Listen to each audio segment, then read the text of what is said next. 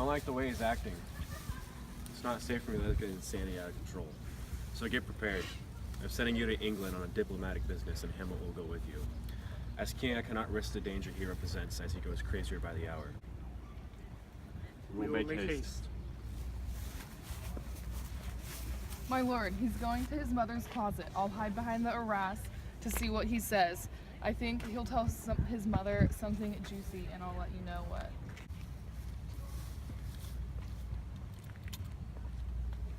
Oh, my crime is so rotten. It stinks all the way to heaven. It has the mark of Cain on it, a brother's murder. I can pray, though I want too desperately. My guilt is stronger, even my intentions. And like a person that with two opposite things to do at once, I stand paralyzed and neglect them both. So what is this cursed hand of mine is coated with my brother's blood? Isn't that what God's mercy is for? And doesn't prayer serve these two purposes, to keep us from sinning and to bring us forgiveness when we have sinned? So I will pray. I've already committed my sin, but oh, what kind of prayer is there for me? Dear Lord, forgive my horrible murder. That won't work, since I'm still reaping the rewards of that murder. My crown, my queen. Can a person be forgiven and still keep the fruits of his crime? In this wicked world, criminals often take the money they stole and use it to buy off the law, shoving justice aside, but not up in heaven. Up there, every action is judged for exactly what it's worth, and we're more forced to confront our crimes. So what can I do? What is there left to do? Offer whatever repentance I can? That couldn't hurt, but it can't help either. Oh, what a lousy situation I'm in. My heart is as black as death. My soul's stuck to sin, and the more it struggles to break free, the more it sticks. Help me, angels. Come on, make an effort. Bend stubborn knees, steely heart. Be soft as a newborn babe, so I can pray. Perhaps everything will turn out to be okay after all.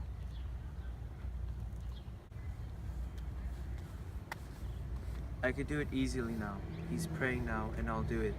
And there he goes, off to heaven. And that's my revenge. I better think about this more carefully. A villain kills my father, and I my father's only son. Send this same villain to heaven. Seems like I just did him a favor. He killed my father when my father was enjoying life, with all his sins in full bloom before my father could repent for any of them. Only God knows how many sins my father has to pay for.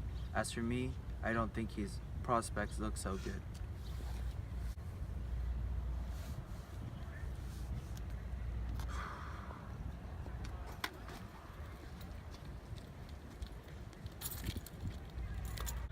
Go, Captain, and give the Danish king my greetings.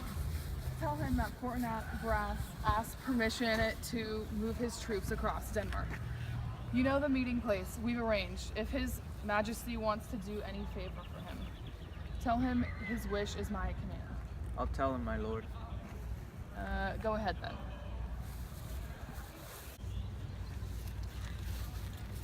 Sir, whose troops are these? The King of Norway, sir. What are they doing here, sir? They're on their way to invade part of Poland. Who's commanding them, sir? The nephew of the old King of Norway.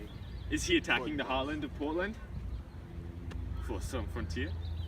It's when countries have too much money and it's peace. This quarrel is like an abscess that grows inside someone until it bursts and kills them, and no one knows why. Thank you very much for the information, sir. Goodbye, sir.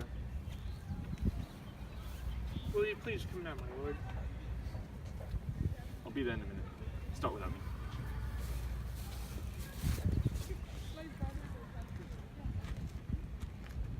My God, everything I see shows me how wrong I am and tells me to hurry up and get on with my revenge.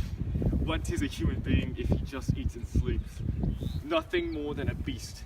God didn't create us with such a huge power of thought and a divine capacity for reason in order for us to not use them. Now, whether it is animal-like blindness or the cowardly hesitation that comes from thinking too much, I don't know why I'm still alive. I have to do this deed. Rather than having done it already, I have the motivation, the willpower, the ability, and the means to do it. It's as plain as the ground beneath my feet, and I must do it. Look at this massive army, led by a delicate and tender prince who's so puffed up with divine ambition that he puts his fragile life at risk, exposing it to danger and death for a reason as thin as an eggshell. To be truly great doesn't mean that you'd only fight for a good reason. It means you'd fight for nothing. If your honor was at stake, so where does that leave me? Whose father has been murdered and mother defiled, ignoring these mental and emotional provocations and letting, well, enough alone. Meanwhile, to my shame, I watched 20,000 men go marching to the deaths for an illusion and a little bit of fame, fighting for a tiny piece of land not even big enough to bury them all. For now, if my thoughts aren't violent, I'll consider them worthless.